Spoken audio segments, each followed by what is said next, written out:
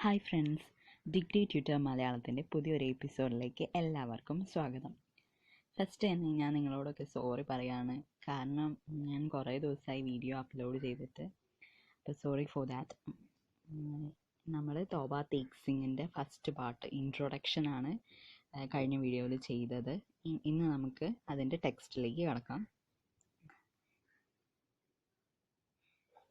2 or 3 years after the partition, it occurred to the governments of India and Pakistan that along with the transfer of the civilian prisoners, a transfer of the inmates of the lunatic asylums should also be made. In other words, Muslim lunatics from Indian institutions should be sent over to Pakistan, and Hindu and Sikh lunatics from the Pakistan asylums should be followed to go to India. നമ്മുടെ ഈ കഥ നടക്കുന്ന പശ്ചാത്തലം എന്നാൽ India Pakistan വിഭജനം കഴിഞ്ഞിട്ട് ഒരു 2-3 വർഷത്തിന് ശേഷമുള്ള ഒരു അവസ്ഥയിലാണ് ഈ കഥ നടക്കുന്നത്.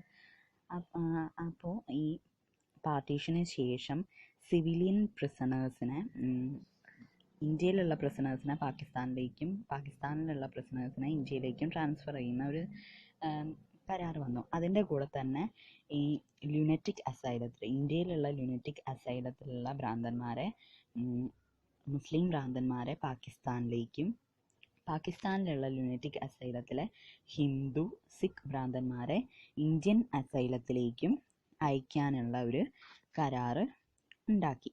It is debatable whether this was a judicious step. Nonetheless, several high-level conferences took place, and the day of the transfer was fixed. Following a great deal of initial investigation, those inmates who had relatives in India were retained there, while the rest were transported to the border.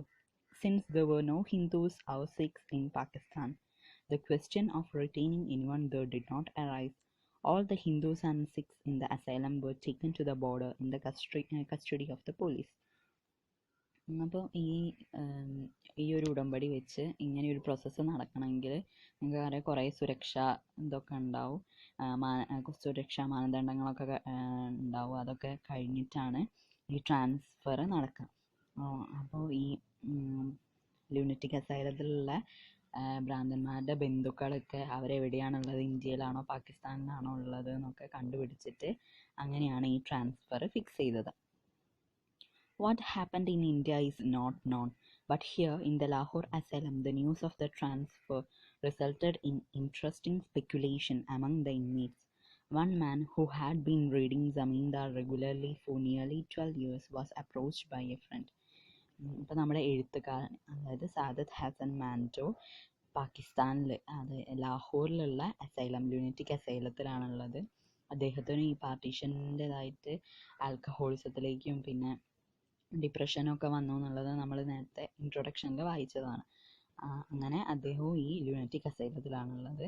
അതുകൊണ്ട് തന്നെ ഇന്ത്യയിൽ എന്ത് നടന്നു എന്നുള്ളത് അദ്ദേഹത്തിന് അറിയില്ല. അവിടുത്തെ കാര്യങ്ങളാണ് പറയുന്നത്. ഇപ്പോൾ ലാഹോർ അസൈലത്തിൽ ഈ ഡിവിഷൻ്റെ ഫലമായിട്ടുള്ള ഈ ട്രാൻസ്ഫറിൻ്റെ ന്യൂസ് പല പല ഇൻട്രസ്റ്റിംഗ് കാര്യങ്ങൾക്കും വഴിവെച്ചു. ഒരു ആൾ, അവിടെ ഉണ്ടായിരുന്ന ഒരു ഭ്രാന്തൻ, അയാൾ 12 വർഷമായിട്ട് ജമീന്ദാർ എന്ന ന്യൂസ് പേപ്പർ, അത് ലാഹോറിൽ തന്നെ പബ്ലിഷ് ചെയ്യുന്ന ഒരു ന്യൂസ് പേപ്പറാണ്, അത് വായിക്കണ ഒരാളാണ്. അപ്പോൾ അയാളുടെ അടുത്ത് അയാളുടെ ഒരു ഫ്രണ്ട് വന്നിട്ട് ചോദിച്ചു അയാളോട്, എന്താണ് പാകിസ്ഥാൻ, വാട്ട് ഈസ് പാകിസ്ഥാൻ? അപ്പോൾ അയാൾ മറുപടി പറയാണ്, a place in India where they manufacture razors.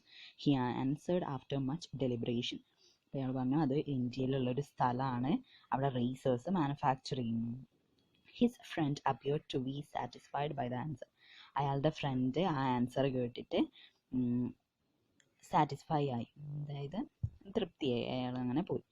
ഇനി ഒരു Sikh lunatic asked another Sikh.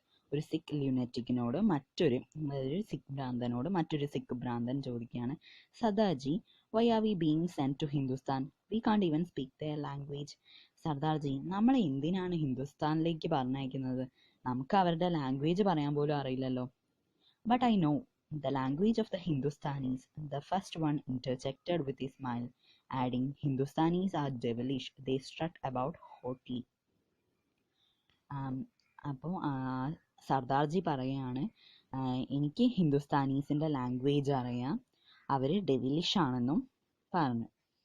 During the course of a bath one morning, an inmate shouted Pakistan Zindabad so loudly that he slipped on the floor and fainted. അപ്പോൾ ഇനി മറ്റൊരു ഭ്രാന്തനാണ്. അയാൾ കുളിക്കുന്ന സമയത്ത് ഒരു ദിവസം കുളിക്കുന്ന സമയത്ത് പെട്ടെന്ന് വിളിച്ചു പറയാണ് പാകിസ്ഥാൻ സിന്ദാബാദ്. അങ്ങനെ വിളിച്ചു പറഞ്ഞ് അപ്പോൾ തന്നെ തറയിൽ വീണ്